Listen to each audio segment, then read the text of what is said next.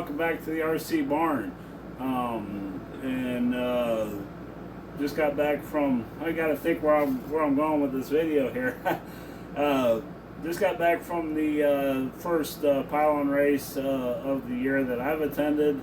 Obviously my first Pylon race out there at AMA, Academy of Model Aeronautics in Muncie, Indiana. It was the CAP's first race of the year, and I raced in Pylon Quickie 500 racing for 424 racing. As you can see behind me here is the Viper that I raced with. It's changed a little bit. So this was my backup plane, or this was my new Viper that I attained. I didn't have a motor for it, and Tom reached out to me. If you got time for a little bit of a story here, Tom reached out to me and told me that he would have a motor for me Friday night when I got there for 424 racing, which is the Evolution 46, which is on there. We put a used motor on there Friday night. Got around to doing the test flight on Saturday. That went pretty good. Motor ran pretty strong. We had a few little hiccups here and there with it, with running rich and stuff like that, but the powers that be helped me figure that part out, because I've never ran one of the Evolution motors before. So I ran it twice, ran it on the ground once. We ran it on the ground again to tune it a little better, and then it was off to practice flight and tuning flight for this plane. Went pretty good. A few clicks of up elevator, reduced the rates down for getting around the course a little bit better, and flew it twice Saturday, and each time I flew it burned a glow plug up, and I'm not talking that it was not working anymore. It would blow the element out of the center. I was like, wow, what's causing this? Some guy said, well, you got to decrease the compression on the motor so that way it's not blowing through plugs. So we plan on doing that Saturday night before we race Sunday. And so, but I never made it that far with that engine. After the second flight, went to go fly the third time, and the motor just would not turn over. It was still free, but as soon as it got up on compression, it just locked up solid. So between Tom, myself, and another individual, I'm sorry for watching this video, I'm terrible with names, we built a brand new Evolution 46 out of spare parts bin that CAPS has. And so I was able to get that motor broken Saturday night. It was a lot of work, swapping the motor over, running it rich, 2 tanks on the ground, globally rich. I mean, the thing wouldn't even last, the 4-ounce tank wouldn't even go a minute and a half. It was running so rich. But you got to do that when you're breaking a motor in. And guy that was kind of the expert on the matter said run it 2 or 3 tanks rich on the ground and go fly it. We ran it 2 tanks rich on the ground. Got it up in the air Saturday night for its remade voyage with the new motor on it, and it was running extremely rich. So very slow plane, but we got through that flight. Didn't get a chance to get another one Saturday night because of the sun going down. So Sunday morning I tried to get another flight in on it. That did not happen. I had to go through and charge all my batteries. This thing blew a glow plug after all those rich flights, so we put a new glow plug in it Saturday night. And then I had to charge the radio and the Viper, and basically be ready to race Sunday morning with a freshly not even broken motor yet. So anyway, Sunday kicked off. I thought I was going to have racing my class after lunch, but they decided, or maybe I just didn't know, that they were going to race. They were racing 422, which is quarter midget, very fast airplanes, and then us on 424 Sunday. They ran a heat on 422, and immediately we went up in the air after that heat. So we kind of went back and forth between 422 and 424. So my first race ever, didn't do very good. 2-minute 18-second lap time. The fast guys were running 120s. So obviously still really rich. Wasn't getting around the track very well. You run 11 laps. 10 is what's required, but you run the 11th lap in case you have a miss or a cut on the last lap, so everybody runs 11. I got through 10 and a half laps before I ran out of fuel that time, with a time of 2:18, I think was my first time. And then went back to the pits, check the glow plug, check all your nuts and bolts that you can get to, make sure it's ready for another heat, get fuel back in it. Once you put fuel in the plane, you got to leave it over at the fueling station. You can't take it back to the pits once you put fuel in it, because they don't want people mixing fuel in the pits, so it keeps everything a little more fair. And so anyway, second race comes around. I leaned it out to 2 1/4 turns out. The first race was 5 turns out, like I said, really rich, maybe 4.5. But at that second race, we put a tack on it while on the starting line, and it was running 15.3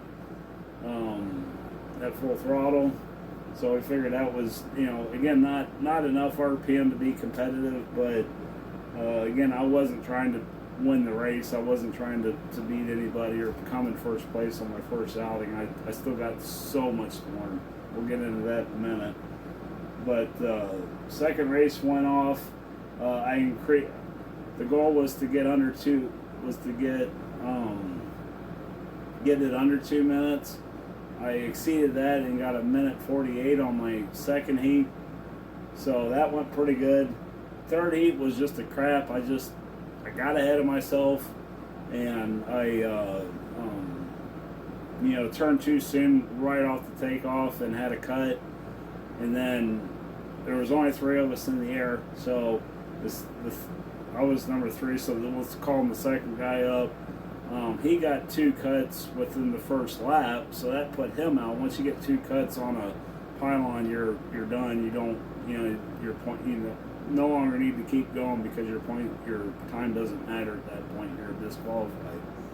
And my spotter, my call guy, was telling me. He told me right before I made a second cut. He's like, "All you gotta do is finish the race, and you'll come in second place, during that heat, and you'll get points, and you just gotta finish it." And right after that, I cut pylon 3 again. I'm like, yeah, I screwed up, got ahead of myself, and so we did a little back and forth with the radio, and he gave me some tips as far as setup goes, like elevator and aileron. He thought my aileron was pretty good. Elevator needed to be reduced a little bit, because you want to go left, up, right, and that's you want to be able to put full up elevator in when you're making the turn, so the less throw you have, the less speed you bleed off, the faster you are. So that's how my day went. We had heat 4. That went okay. I didn't get a time on that one because that was at the end of the day. I imagine it was probably, I know I didn't beat my 1:48 from earlier, because they said that was my best lap heat of the day, was that 1:48 for the second heat. So yeah, excited to get back at it. I met a lot of great people out there. Dub Jet was out there. Got to talk to him about my R200 and that, and have him look at give the motor a once over, and he said it's good to go. He said when I am ready for that class, I will enjoy flying, as what a couple of guys said. They're pretty good flying airplanes.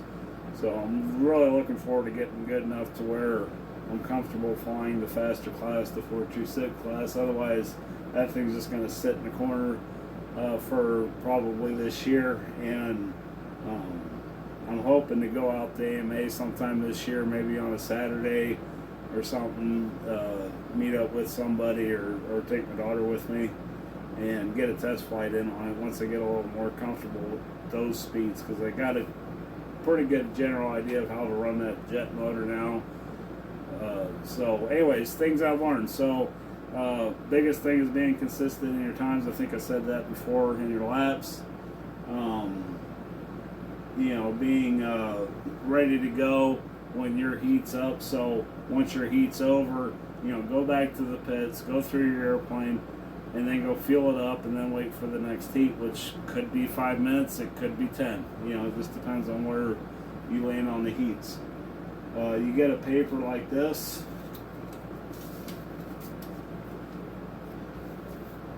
Let me see if I can get this up here. I know it's probably video ain't very good. I don't know what's up with this. But you get a paper like this when you get into the heat or when you get into the race, and it just tells you what rounds and what heat you're flying in.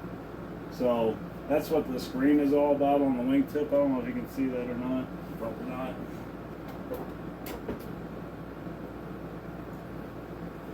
So there you go. So that's high green. So when you're flying a pylon, you're like this.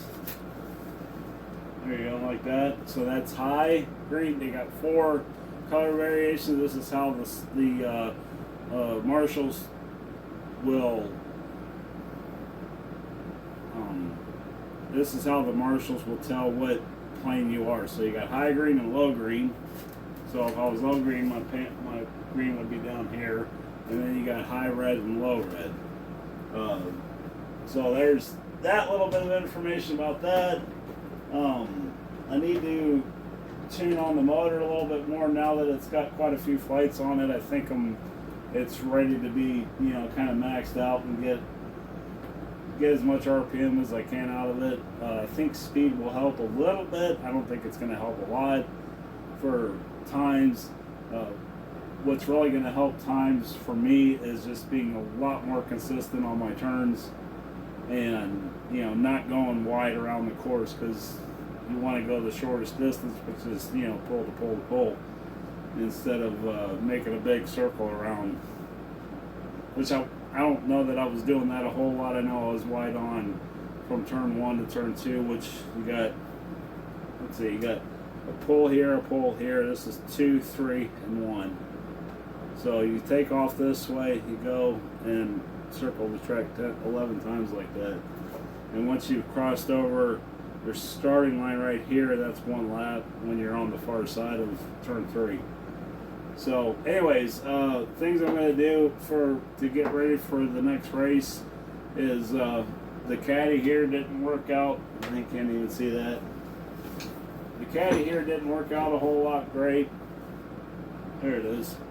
I need to be able to grab it and go. So I'm going to lose the cord on my starter and basically going to cut it off and probably go like this. And then there's 4 holes underneath my starter.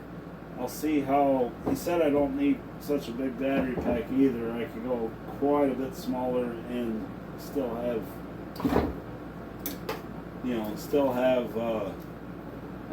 quite a bit of starting range. So you can see how much bigger this is. So I could go down to like an, you know, he said 12 to 1400 milliamp, which is quite a bit smaller than this 2200 milliamp pack. I might have to run this for a little bit, depending on, but if it's more, I noticed a lot of guys were putting their battery right here. Sorry, I keep looking back at the screen. I want to see what you guys are saying. And then you can put a plate across here with the 4 holes, like a plywood plate, and then zip tie that to there, you know, and then it's more portable, so it can go in and out. Now I think I was going to try to redesign this, put a bigger plate, a bigger piece of plywood on the bottom. I don't need a fueling station in this for quickie, so I was going to take this box off and have a place for my transmitter to hang on one side and my starter to hang or be in a box on the other. But I think I got 2 weeks before the race, so I'm going to see what I can come up with as far as a starting box. I got some metal over there, so maybe I'll make it. I've seen some metal ones, I've seen some plastic ones, but basically it's just a tray with a handle across the top. A few, you know, your starter and a tachometer, which I got this Globey, which isn't the best, thing in the world to use, but it's at least something to get an idea, because you have 60 seconds once the clock starts. Get your engine running, and tune it and get over to where you're going to stand to fly. So it seems like it would be a lot of time, but it really isn't. I mean, you get the tach set up, you got your holder there, he's holding the plane for you, you start it, get your glow igniter off of it, go up to full throttle almost immediately, tack it, make sure you're not too lean or too rich, and then pick up your starting box, get it out of the way, because you're going to take off in less than 15-20 seconds after all that's done. So you gotta be ready to go. So that's why all the pre-flight checks are important. So I'm going to change that. I'm going to try to design a new box system for starting, and I need to do. I've got a care package coming from a guy that is supposedly sending me another engine that will be ready to go, and some other odd bits that I don't have. I would like to get a new glow igniter, because they work great. They're from Sonictronics. These are the McDaniel glow igniters, but because you got to turn it and snap it on, and you got this screaming engine in that, it's better if you had a clip. And being consistent on the starting line is going to be, if you can't get your engine started, you don't take off, then you get a DQ for your heat. You're only flying 4 or 5 heats, so it's important that you get into every heat and you at least finish with your 11 laps. Time comes with experience. So yeah, but had a blast.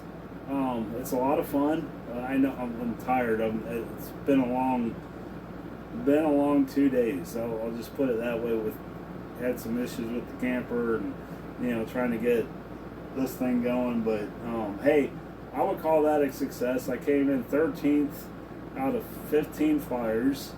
So I didn't finish dead last, but I'd like to see myself a little higher on the podium. Anyways, I mean, I'm going to set small goals to get faster and be a little bit more competitive out there. I think there's a few guys that if I was a little more consistent and my engine was running a little bit better, then I could be competitive at least on the bottom to mid levels anyways.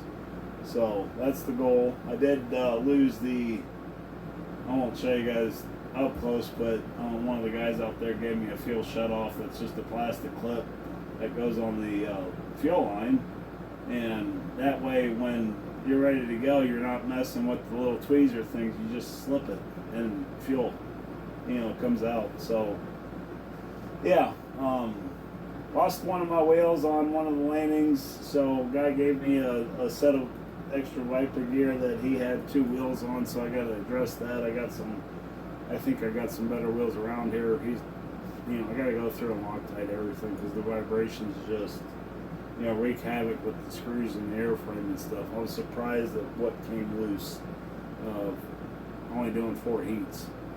So that's where I'm at on this video. I'm going to show you guys right now some clips that I took of Saturday's racing. Some of those are 426, and I don't know if I got any of the EF1s or not. Those are cool planes. I'm hoping to be able to get into that next season. I got a few feelers out to see what kind of kit that I can get, and how soon I could maybe build one. This will be not this year, but probably, like I said, maybe a wintertime project to get a kit and maybe get a couple of them and have a backup. So yeah, that's what I would like to do so I can run more. I mean, if the more classes you're involved, the more flying you will practice, and more heat you'll get in, the better you'll get faster. Of course, we're not. I'm not in this to win anything big. It's something that I enjoy doing, and having a lot of fun doing it. So, and learning the process. So it's a completely different animal. But anyways, I'll get on to the clips. Some are short, some are long. I'll throw some pictures of race day up there. that I took of my plane. So anyways, sorry for the short video this week, but we got 2 weeks to get ready for the next race. Got some other things going on in the shop here, and we got to build a new start box. So I'll get that. We'll get on that kind of stuff, and hopefully in the next 2 weeks, and then we'll see what we do down in Cincinnati. So thank you all for watching. Please like, comment, and subscribe. Do appreciate all of you that are tuning in and on a regular basis. That's pretty amazing. And we'll catch you on the next one. Bye.